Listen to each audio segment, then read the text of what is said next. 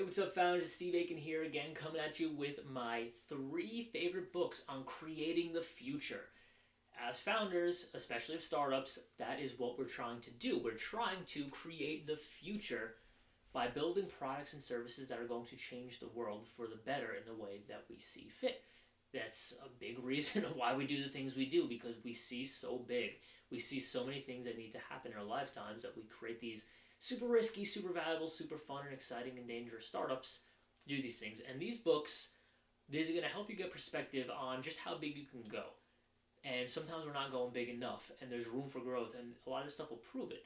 So, Steve Jobs, by the great biographer Walter Isaacson, is the first one I'm going to recommend. Obviously, it's a bio, it's a big, lengthy read. It's a fantastic book. It shows besides the interpersonality and the LSD using and the horrendous diet and exercise habits and attitude of Steve Jobs, it showed why he was such a visionary, how he had this vision of a future and he created it. He hated keyboards. He did not understand why keyboards and mouses existed when our hands were the best at directing what we needed to do. But touchpads, touchscreens didn't exist. So you have to wait for them to exist and just subside with this frustration for like the bulk of Apple's existence, really, until that technology became real, and then he was able to implement it. A lot of that came through from his musings and his wishes and just his thoughts created that reality. And it's a fantastic read. It's a great way to see how one man shaped the future as he wanted to. I think everyone should read it. Next up, we have How We Got to Now. When I was working in the corporate world, my last corporate job, my boss gave this before retreat and made us all read it. And what a great book, man. It talks about the 6 innovations that made the world as we see it today, the modern world. Stuff like, ice. Who thought that there was a business and a story behind ice? But there's actually a quite interesting one. It was taken from this lake. I think it was in Massachusetts. They would chainsaw these chunks of ice down, put it in a boxcar, and ship it down to the Caribbean. And they had to create a market for ice. It took a long time to do it, but it shows how these people were either ahead of their time or behind or at their time, whatever it was, but it shows how they created the future.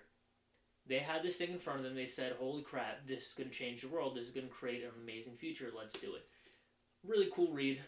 Interesting stuff. I think it's well worth the time. Last up, we have The Physics of the Future by the brilliant Michio Kaku. I'm sorry, I'm so bad with names, and I butchered it, I'm sure. I apologize, buddy. The book is genius. It shows his idea of the future based on current technologies that already exist and are being created as we speak. It kind of follows the laws of exponential results that Diamandis talks about in Bold, whereas things just start happening, they get easier and easier and easier, and they follow that exponential curve to the point where they're almost going straight up until they level out. We call it the hockey stick in startups. It's fantastic, man.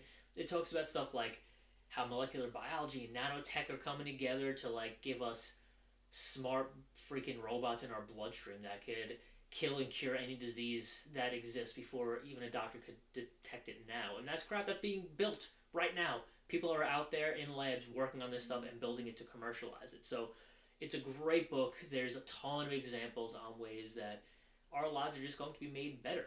He has timelines on when he thinks all these things are going to come to fruition. A lot of times he was wrong. Some of this stuff has actually happened already. He said it wouldn't happen for another 10 years. It's happening now. So he's pretty accurate on a lot of these things, except the timelines he seems to be going a little too far out. Things are happening sooner. Exponential stuff is happening quick.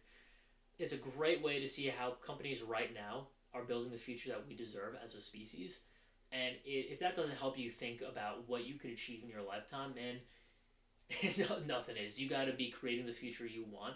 And these people are already doing it, so it's great inspiration for us as founders. As always, I'm going to put the links to this stuff in the description to the video. I hope you like the video. If you do, click on the subscribe button. It'll make me feel so good inside. I hope you do it. If you have any questions, comments, concerns, hit me up in the comment thread. Check me out at startuplifebelt.com. Until next time, take it easy, founder.